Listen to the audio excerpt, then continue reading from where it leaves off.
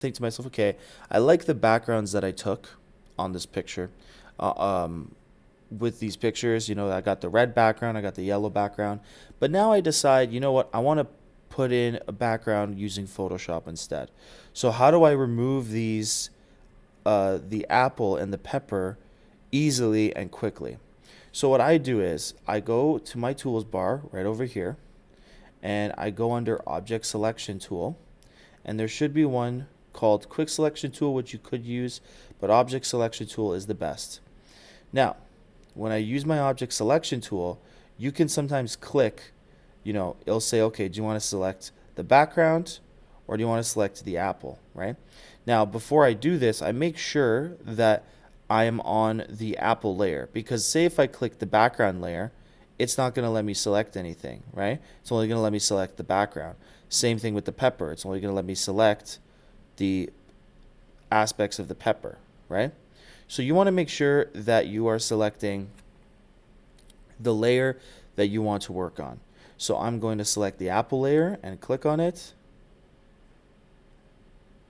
Now this layer is selected. You can also drag, like you can also go like this, drag it over the object, and it'll load and then attach itself. So when I do this, right, I'm going to go to this option right over here, right? I believe it's called add vector mask. Yes, it's called add vector mask. So what that does is it basically just, think of it as like scissors, right? Creates a mask by like clipping out the background and making it its own layer, right? So now the background is gone, right? And we got just the apple layer, which is what we want. So now we can freely move it around and do whatever we want. We can also, when we click show transform controls up here, when using this move tool, we can press shift and we can make it bigger, we can make it smaller, we can do whatever we want. Now we're going to do the same thing with the pepper.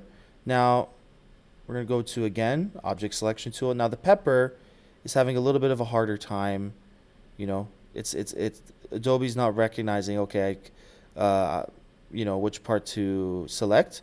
So I'm going to just drag. That's when we drag the object selection tool over the subject and we let it load in.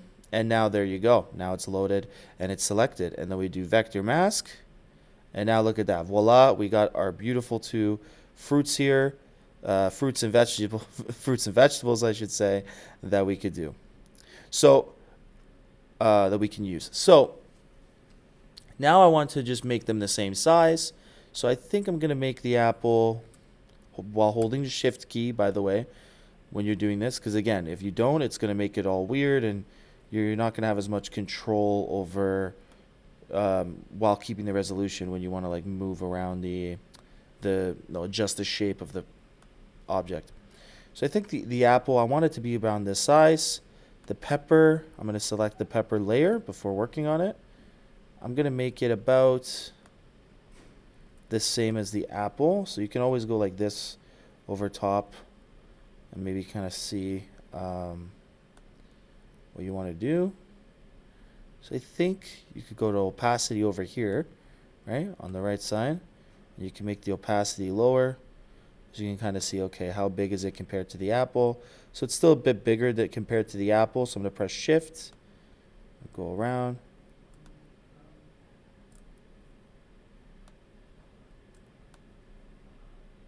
All right, now it's about the same size. Maybe a little bit bigger. Oh, sorry for that jump scare, guys. All right, so we're going to go to opacity, make that 100. So now we got our two fruits, fruits and vegetables. I keep saying fruits and vegetables placed together in the way that I want it. So